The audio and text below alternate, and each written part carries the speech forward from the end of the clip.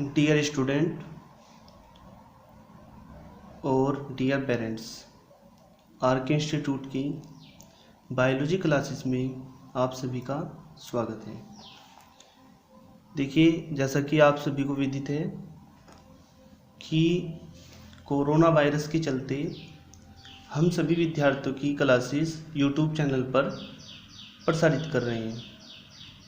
तो ऐसी स्थिति में विद्यालय में क्लासेस चलानी संभव नहीं है, तो हमारा प्रयास है कि हम अपने सभी विद्यार्थियों को यूट्यूब चैनल के माध्यम से ऑनलाइन क्लासेस हम दें, ताकि हमारे विद्यार्थियों का सभी का कार्य समय पे चलता रहे। ठीक है, तो कार्यक्रम को आगे बढ़ाते हुए हम क्या करते हैं, अपने कक्षा द्वादश के विद्यार्थी उन सभी के लिए मैं लेकर के आया हूँ आपका जो फर्स्ट लेसन है, जीवों में जनन यानी रिप्रोडक्शन इन ऑर्गेनिज्म मतलब जितने भी जीव हैं उसमें पौधे भी आते हैं, जंतु भी आते हैं। ठीक है, वे सब ऑर्गेनिज्म हैं, यानी जीवों के संसार में ही जीवों को रखा गया है। जैसे कि जीवधारियों के हम सभी को पता है अनेक लक्षण होते हैं। ठीक है, जीवधारियों में जो भी वे क्रियाएं करते हैं वे सभी उनकी विशेषताएं पाई जाती हैं। ठीक है, जैसे कि सांस लेना, भोजन करना, ठीक है, पोषण करना, उत्सर्जन करना, पाचन करना भोजन का।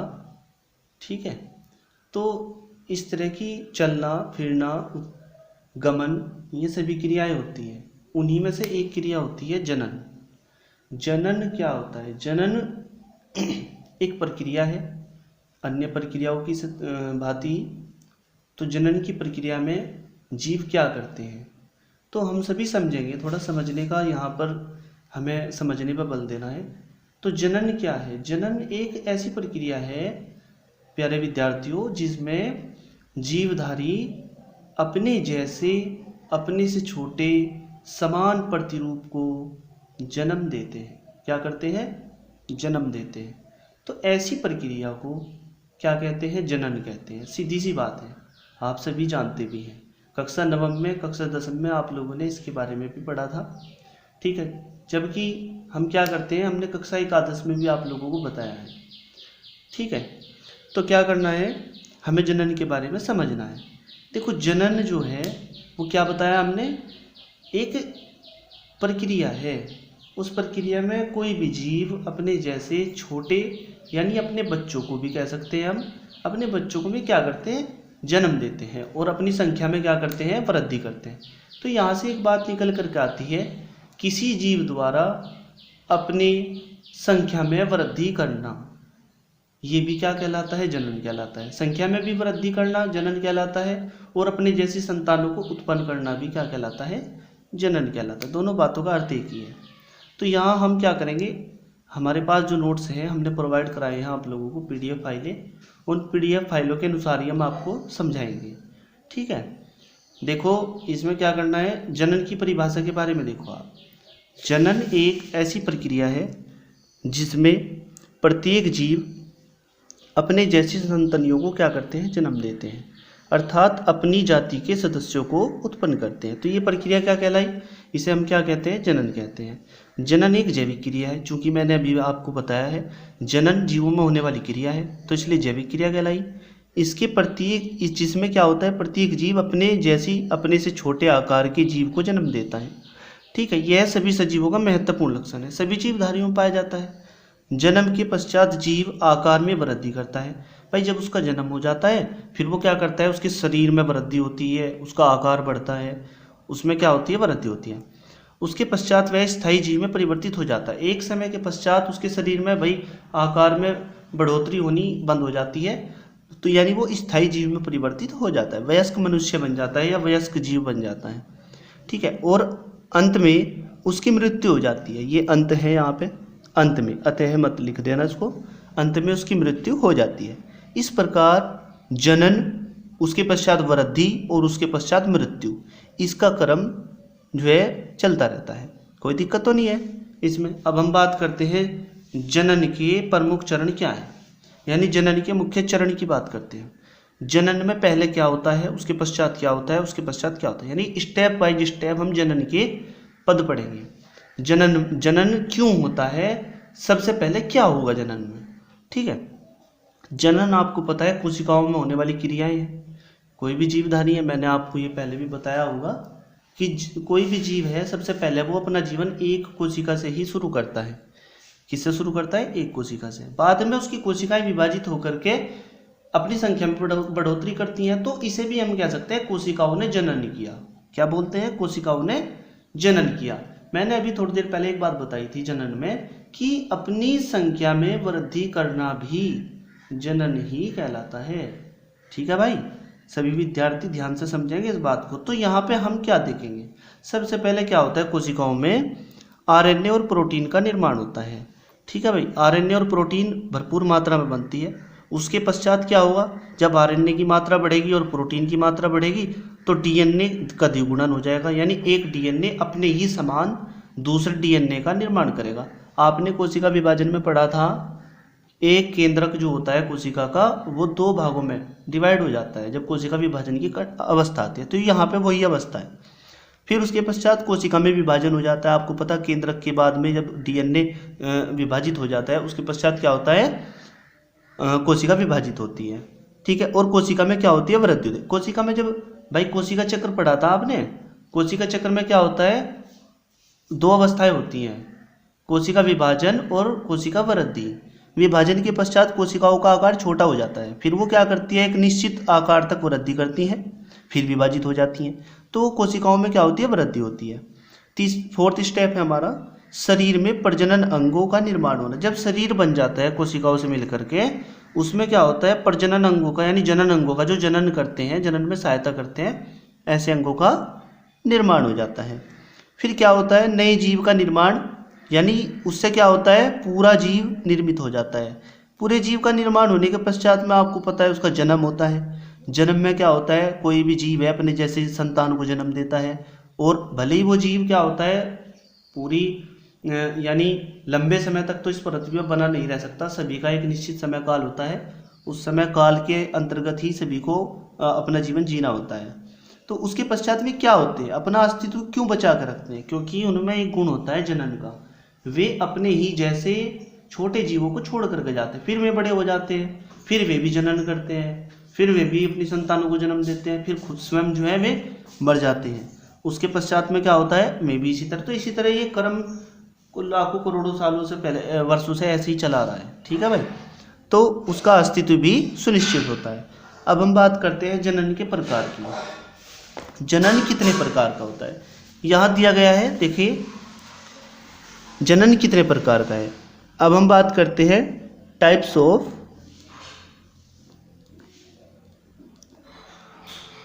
रिप्रोडक्शन की। ठीक है, तो रिप्रोडक्शन कितने टाइप का है भाई, देखिए जनन 3 प्रकार का होता है। वैसे तो जनन मुख्य रूप से 2 ही प्रकार का होता है, मैं आपको बताता हूँ इसके बारे में। एक तो होता है एसेक्सुअल रिप्रोडक्शन,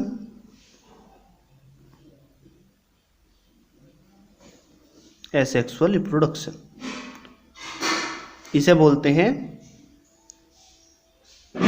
अलैंगिक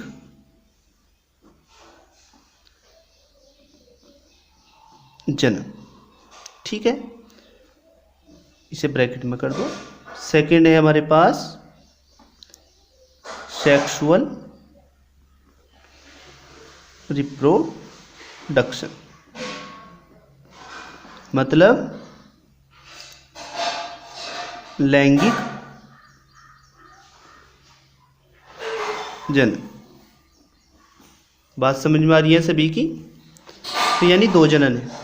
अब तीसरे प्रकार का जनन जो है वो है तो अलैंगिक ही, पर हम उसे यहाँ पे प्रदर्शित करेंगे।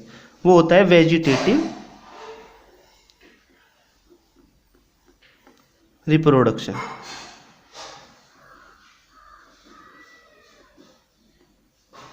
ठीक, इसे बोलते हैं कायिक जनन। दूसरा नाम है इसका दैहिक जनन।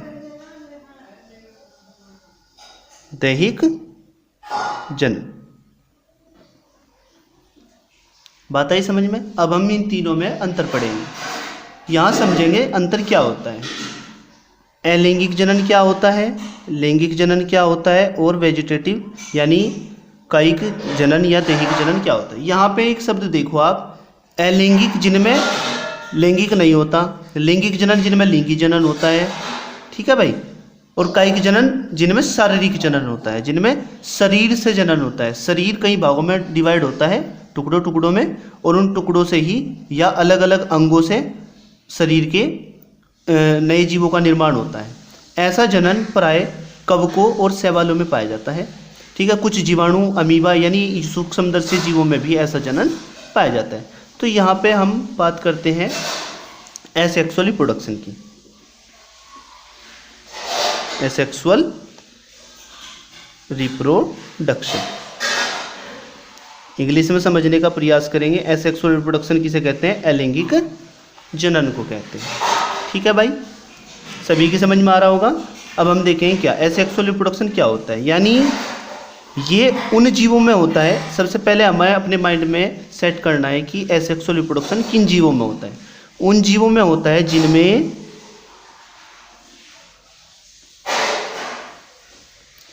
जीव, कोई भी हो जीव, मेल और फीमेल में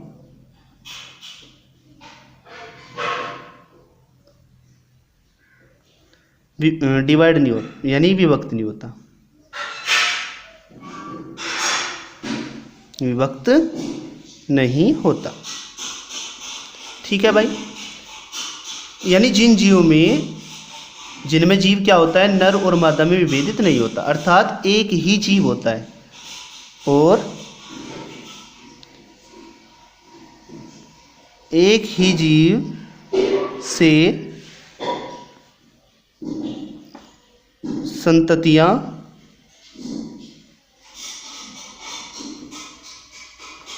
विकसित होती हैं। संततियां किसे कहते हैं, संतान जो बनेगी, विकसित होती है। बात समझ में आई है, कोई प्रॉब्लम नहीं होनी चाहिए, ठीक है, क्योंकि बहुत ही धीरे से और आराम से पढ़ा रहे हैं। किसी भी तरह का कोई डाउट हो वो कमेंट में आप लिख के भेज सकते हैं। तो एक ही जीव से क्या होता है, इसमें संततियां विकसित होती हैं। मैंने अभी एक बात और बताई थी, ये जनन लगभग किन जीवों में होता है, जिनमें नर और मादा नहीं होते, ठीक है भाई। अधिकांश यानी मोस्टली किन में होता है, यूनिसेलुलर। यूनिसेलुलर मतलब एक कोशिकीय,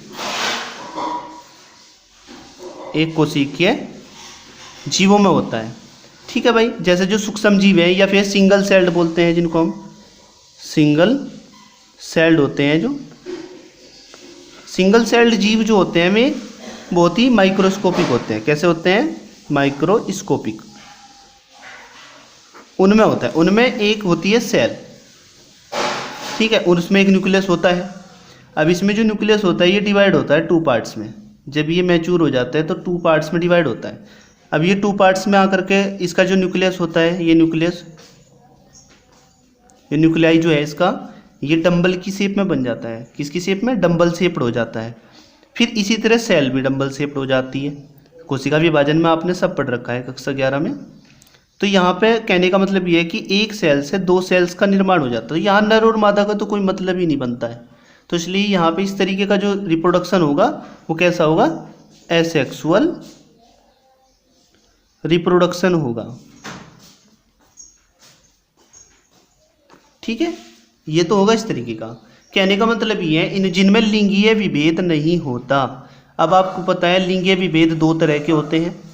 लिंगीय विभेद कितने टाइप के होते हैं, बात यहाँ पे करते हैं हम, यानी लिंगीय विभेद। लिंगीय विभेद की बात करते हैं तो लिंगीय विभेद 2 टाइप के होते हैं। एक तो होता है मेल और फीमेल,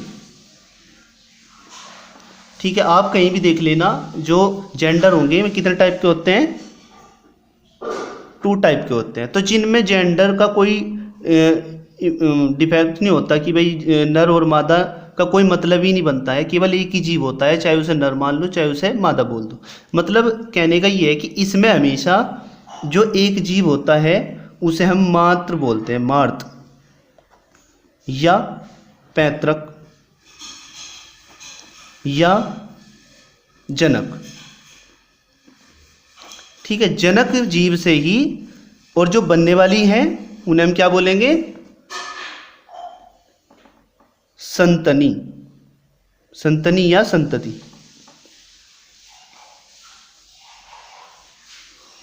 ठीक है तो कोई प्रॉब्लम नहीं है। अब हम बात करते, यानी यहाँ पे अलैंगिक जनन में जिनमें लिंगीय विभेद नहीं होता, जिनमें लिंग का कोई पता नहीं होता, वो अलैंगिक जनन होता है। इस तरह संतानों की संख्या में वृद्धि होना अलैंगिक जनन की प्रक्रिया है। अब हम बात करते हैं सेक्सुअल रिप्रोडक्शन की। सेक्सुअल रिप्रोडक्शन, ये अभी मैं सीधा सीधा बता रहा हूँ समझाने के लिए। उसके बाद आपको सबसे पहले मैं पढ़ाऊंगा वेजिटेटिव रिप्रोडक्शन ही। ठीक है, तो सेकंड पॉइंट है, इसमें क्या करना है आपको पता है, इसमें जेंडर वो मेन है, यानी सबसे मेन बात इसी के है। आपको पता है जेंडर 2 टाइप के होते हैं, मेल और फीमेल। तो यानी जहाँ पे मेल और फीमेल, यानी जहाँ पर जेंडर मतलब जो लिंग है का संयोग होता है,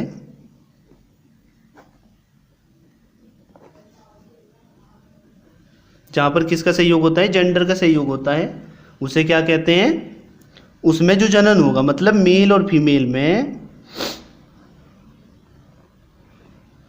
दोनों जीवों के सहयोग से, ठीक है, दोनों जीवों के आपसी सहयोग से, दोनों के अनुवांशिक पदार्थ से एक नया अनुवांशिक पदार्थ जीव के अंदर पहुंचता है, और इसी से किसका निर्माण होता है, जीव का, यानी छोटे जीव का निर्माण होता है, अर्थात बच्चे का जन्म होता है। तो इस प्रकार के जनन को हम क्या कहते हैं, लैंगिक जनन कहते हैं। यानी इसमें लिंग की वजह से जनन हो रहा है। कौन कौन से लिंग, मेल और फीमेल, यानी नर और मादा। ठीक है, आपको पता है, आपको एक बात यहां पता होनी चाहिए, मेल में यानी मेल गैमेट बनते हैं, मेल गैमेट, और फीमेल में फीमेल गैमेट बनते हैं।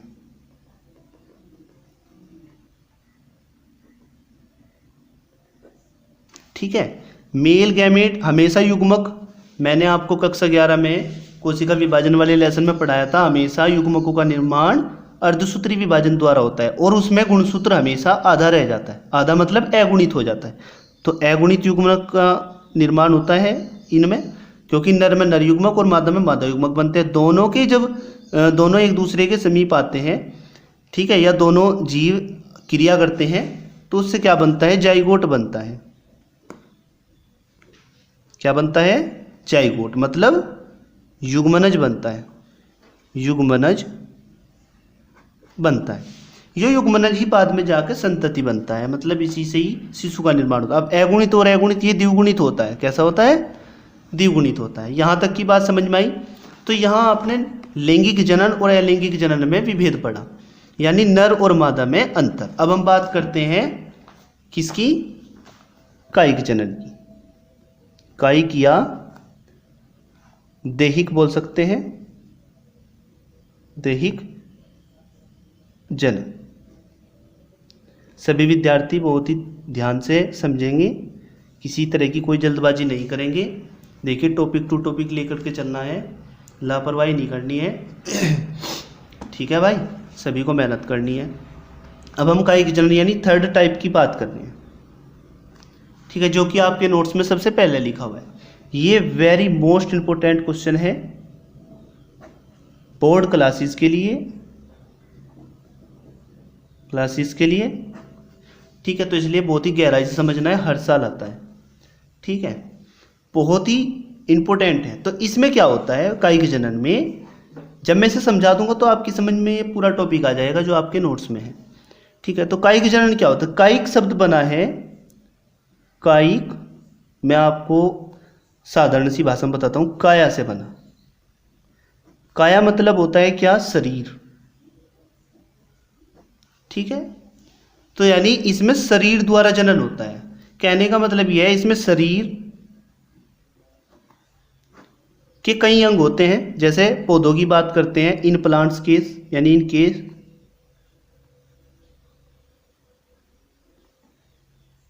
Of plant. प्लांट के केस में यदि हम देखेंगे, यानी पौधों के केस में देखेंगे, तो प्लांट्स के कितने पार्ट होते हैं?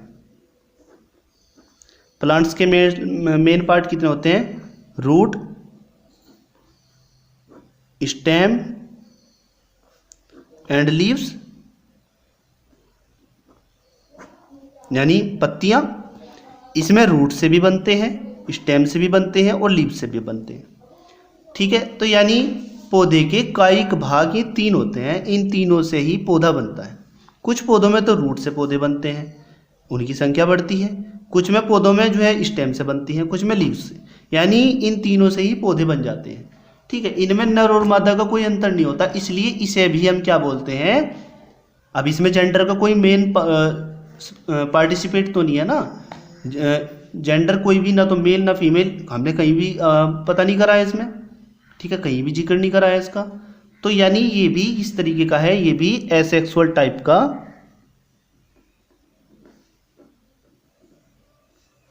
क्या है भाई? रिप्रोडक्शन है। ठीक है, तो इसमें क्या होता है भाई? पौधे के जो कायिक भाग होते हैं उन्हीं से बन जाता है। जैसे रूट है, रूट आपने देखी होगी, अदरक, हल्दी, ये रूट है। स्टेम है, जैसे आलू, प्याज, लहसुन। ठीक है, ये सब क्या है? स्टेम है। अब हम लीव्स की बात करते हैं, ब्रायोफिल्लम, पढ़ाया था कक्षा 11 में भी। बिगोनिया, बिग्नोनिया बोला जाता है। ब्रायोफिल्लम, बिग्नोनिया। ब्रायोफिल्लम को अजूबा भी बोलते हैं। इसकी पत्ती से ही क्या होता है? रूट निकलती है और पौधा निकलता है। ठीक है, तो ये हमारा पॉइंट हुआ। यहाँ पे किसी तरह की कोई प्रॉब्लम नहीं होनी चाहिए। अब हमने तीनों तरह के आपको रिप्रोडक्शन समझा दिए हैं, किसी भी तरह की कोई बात नहीं होनी चाहिए। अब हम देखेंगे जनन के प्रकार। हमने यहाँ पे पढ़ा है, कायिक जनन हो गया, लैंगिक जनन, अलैंगिक जनन, तीनों तरह का जनन हो गया। अब हम सबसे पहले इसमें पढ़ेंगे कायिक जनन के बारे में, क्योंकि ये इंपॉर्टेंट है, वेरी इंपॉर्टेंट है, इस लेसन का मेन पार्ट्स है, इसलिए इसको हम सबसे पहले प्राथमिकता देंगे। कुछ ये इन दोनों में तो हम बता सकते हैं ये लैंगिक है, इसमें लिंग भाग लेते हैं, इसमें लिंग भाग नहीं लेते। इसमें जीवों में लिंग होते हैं, 2 तरह के जीव हों, इसमें नहीं होते। ठीक है, तो इसका थोड़ा डिफेक्ट रहता है, ध्यान नहीं रह पाता स्टूडेंट्स के। कायिक जनन में हमने बता दिया आपको 3 पार्ट्स होते हैं पौधे के, तीनों पार्ट्स से पौधे बन जाते हैं। ठीक है, तो कायिक जनन को हम सबसे पहले पढ़ेंगे। कायिक जनन की पौधों में 2 विधियाँ हैं। 2 विधियाँ कौन कौन सी होती हैं? एक तो प्राकृतिक विधि होती है, एक कृत्रिम विधि होती है। अब हम पहले इसकी कायिक जनन की परिभाषा पढ़ेंगे आपके नोट्स के अनुसार। ठीक है, तो सब इसे यहाँ पे सेट कर देते हैं, सभी समझेंगे बड़े ध्यान से। कायिक जनन पौधे में बीजों के अतिरिक्त, क्योंकि बीज तो बनते ही नहीं है इनमें, अगर बीज बनते या अगर बनते भी हैं बीज तो वे अंकुरित नहीं हो पाते, इसलिए इन पौधों में इन तीनों चीज़ों से ही पौधे उत्पन्न किए जाते हैं।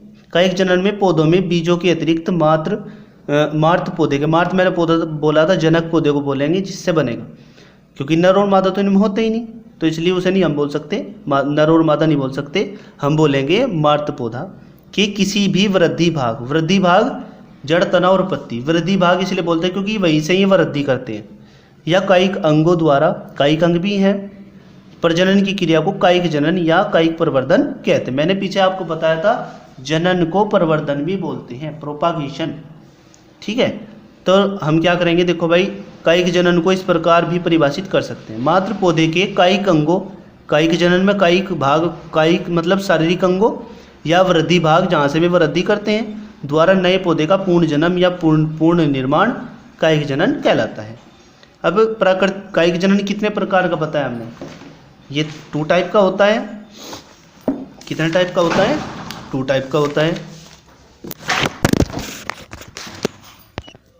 तो देखेंगे वेजिटेटिव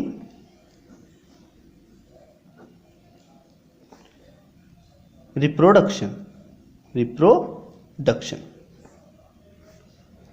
कितने टाइप का होता है? 2 टाइप का होता है,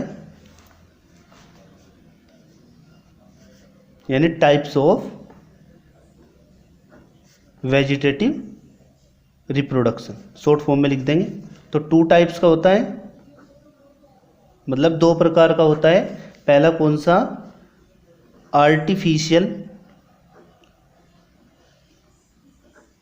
आर्टिफिशियल वेजिटेटिव रिप्रोडक्शन, मतलब कृत्रिम कायिक जनन। ठीक है। सेकंड वाला पॉइंट है हमारे पास प्राकृतिक यानी नेचुरल वेजिटेटिव रिप्रोडक्शन, यानी प्राकृतिक कायिक जनन। ठीक है भाई, तो ये 2 तरह का होता है। अब हम बात करते हैं जो आर्टिफिशियल है और कृत्रिम है, यानी प्राकृतिक है। प्राकृतिक कायिक जनन निम्नवत होता है जड़ों द्वारा। अब आपको पता है प्राकृतिक में तो जो पौधे के कायिक भाग हैं उन्हें जो कि तू लगा देते हैं भूमि में, उनसे पौधा बन जाता है। ठीक है भाई, बात समझ में आई है? अब देखो, जबकि कृत्रिम में क्या होता है? मनुष्य का हस्तक्षेप होता है। जैसे गन्ने को लगाने के लिए उसकी कटिंग करनी पड़ती है, अपने आप तो उसकी कटिंग नहीं होती ना, तो इसलिए उसकी कटिंग करनी पड़ेगी, कटिंग करके उसे लगाया जाएगा, तो उसे बोलते हैं क्या? कृत्रिम कायिक जनन। ऐसे ही गुलाब की, ऐसे ही पॉपुलर की हमें क्या करनी पड़ती है? कृत्रिम कायिक जनन उसका कराना पड़ता है। अब प्राकृतिक कायिक जनन कैसे होता है? देखो, जड़ों द्वारा होता है, जड़ों द्वारा जनन। जैसे शकरकंद में, डहेलिया में, मतलब हल्दी में जो है कृत्रिम का यानी प्राकृतिक कायिक जनन होता है। तनु द्वारा जनन की बात करते हैं तो ये 8 प्रकार का होता है। तने 8 प्रकार के हैं तो 8 ही प्रकार से जनन होगा। परकंद की बात करेंगे, परकंद वाला तना जो होता है वो हल्दी होती है और अदरक होती है, जिनके ऊपर हल्की हल्की जो है सल्क होती है। घनकंद जो होती है, जिमीकंद जो मोटे वाली तने होते हैं, मोटे वाले काफ़ी फूले हुए होते हैं, घनकंद बोलते हैं, वो जिमीकंद होता है। ठीक है। सल्ककंद होते हैं, जैसे प्याज हो गया, रजनीगंधा हो गया। कंद की बात करते हैं तो कंद आलू हो गया। अंत्यभूस्त्री की बात करते हैं तो पुदीना हो गया। जो भूमि में जिसके मतलब तने हैं अंदर ही अंदर भूमि के समानांतर सीधे दिशा में क्या करते हैं? वृद्धि करते रहते हैं, और यहाँ से पौधे निकलते रहते हैं, ऐसे पौधे निकलते रहते हैं। मतलब इस पे समझा देंगे हम। जो पुदीना होता है, पुदीने के तने भूमि में नीचे की तरफ को भूमि के समानांतर ऐसे गति करते हैं। यहाँ से जड़ें निकलेंगी, यहाँ से पौधा निकलेगा, यहाँ से जड़ें निकलेंगी, यहाँ से एक ही तने में से ये भूमिगत तने हो गई और ये वायवीय तने हो गए, क्योंकि तने 2 तरह के होते हैं, आपको पता है, भूमिगत तने और वायवीय तने। बात समझ में आई है? अब देखो आगे। ऊपरी भूस्थली जो भूमि के ऊपर की साइड में तने वृद्धि करते हैं और वहाँ से अपनी संख्या में पौधे को बनाते हैं। दूब घास ब्रह्मबूटी, ब्रह्मबूटी मतलब जैसे गिलोय। भूस्तरी अरबी और केला। ठीक है भाई, इसका तना काट करके भूमि में लगा दो झुके तू, क्योंकि जो केला होता है ना, केले के तने को काट करके केले की जड़ में से ही, केले का बीज तो होता नहीं है, तो केले के जड़ में ही पेड़ निकलते हैं, छोटे छोटे पेड़ निकलते हैं, उन्हें काट करके भूमि में लगा दिया जाता है, उन्हीं से पौधा बन जाता है, बड़ा पेड़ बन जाता है। भूस्तारिका जैसे समुद्र शोक, ये समुद्र में होते हैं, जैसे जो पानी वाले स्रोतों में होते हैं, ये तना इनका नीचे फूला हुआ होता है और उसमें तैरते रहते हैं। ये दलदल में धंसे हुए नहीं होते, ये पानी में ऊपर तैरते रहे। आपने देखा होगा चौड़ी चौड़ी सी पत्ती के समुद्र शोक होता है। किसी तरह की कोई प्रॉब्लम नहीं होनी चाहिए। अब हम ये बात करते हैं पत्तियों द्वारा मतलब पत्र प्रकलिकाओं द्वारा। तने ही हैं ये भी इसके। अब देखो लहसुन और प्याज। पत्तियों द्वारा यदि हम बात करते हैं तो ब्रायोफिल्म और बिगोनिया मैंने आपको बताए थे। ब्रायोफिल्म की पत्ती को या बिगोनिया की पत्ती से ही पौधा निकल आता है, उसी से जड़ें निकलती हैं। कृत्रिम कायिक जनन हम किसे बोलते हैं? कृत्रिम कायिक जनन में मैंने अभी आपको एक बात समझाई थी, इसमें मानव का हस्तक्षेप होता है। कटिंग वटिंग करनी पड़ती है, कलम लगानी पड़ती है, कलम लगाना, गुटी बंधन, ये सब इसकी विधियाँ हैं। ठीक है, तो सभी विद्यार्थी समझ गए होंगे, कोई दिक्कत तो नहीं है। अब देखो कलम लगाना। पॉपुलर की कलम लगाई जाती है, छोटी एक टहनी काटी जाती है, उस टहनी के कई टुकड़े किए जाते हैं और उसे बोलते हैं कलम लगाना। खुंटिया सी गाड़ते हैं। रोपण, आम और नींबू का जो गुठली होती है उसको रोपित कर दिया जाता है। गुठली उसका एक भाग है फल का, ठीक है, उसे रोपित कर दिया जाता है, उसी से बन जाता है। शाखा बंधन, लीची और अमरूद, इनकी शाखाएं आपस में अच्छी किस्म के पौधे की, बड़े और छोटे पौधे की जो शाखाएं हैं उन्हें आपस में ऐसे जोड़ के टहनियों को जोड़ा जाता है, छील करके बराबर साइड में से, ठीक है, छील करके ऐसे जोड़ करके छोड़ दिया जाता है। कुछ समय बाद वो छोटा पौधा जो है वो बड़े पौधे में रूपांतरित हो जाता है, ठीक है। टहनी से ही पौधा बन जाता है। अब कली लगाना, आलू, अंगूर और संतरा, इनकी भी कलम लगाई जाती है, उसी कली लगाना बोल देते हैं। आलू को बो भी देते हैं। अब देखो दाब लगाना, क्योंकि आलू एक टहनी है, आलू को हम बीज नहीं कह रहे कि हम उसे लगा रहे हैं, आलू की भी कलम ही लगती है, आलू का बीज नहीं बोया जाता है। आलू एक तना है और तन जिसकी टहनी लगाई जाती है उसे कलम लगाना बोलते हैं। क्या बोलते हैं? कलम लगाना, यानी कली लगाना बोलेंगे हम उसको, क्योंकि ये टहनी के रूप में न होकर के फूली हुई संरचनाओं के रूप में भी होती है और पुरानी संरचनाओं के रूप में भी होती है, इसलिए इसे बोलते हैं कली लगाना। दाब लगाना, फलदार और सजावटी पौधों की दाब लगाई जाती है, क्योंकि ये भूमि से लटके हुए होते हैं। जैसे नींबू प्रजाति के पौधे हैं, सजावटी पौधे हैं, ये भूमि से टच रहती हैं, यानी कि जो शाखाएं होती हैं उन शाखाओं को जो हिस्सा भूमि से टच रहता है उसे छील लेते हैं हल्का सा और उसके ऊपर मिट्टी रख देते हैं, ठीक है, नमीदार मिट्टी, पानी डालते रहते हैं कुछ दिनों तक, वहीं से जड़ें निकल आती हैं।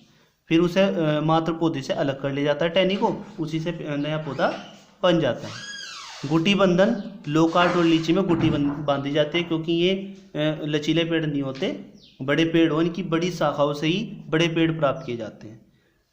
तो यहाँ तक का कार्य आप लोगों को करना है, बहुत ही ध्यान से सभी को अच्छे से समझना है। किसी तरह की कोई प्रॉब्लम हो इसमें तो आप कमेंट्स में लिख करके व्हाट्सएप ग्रुप में भेज सकते हैं, उसका निवारण भेजा जाएगा। फिर मिलते हैं नए किसी टॉपिक के साथ में, इसे अच्छे से तैयार करना है सभी को।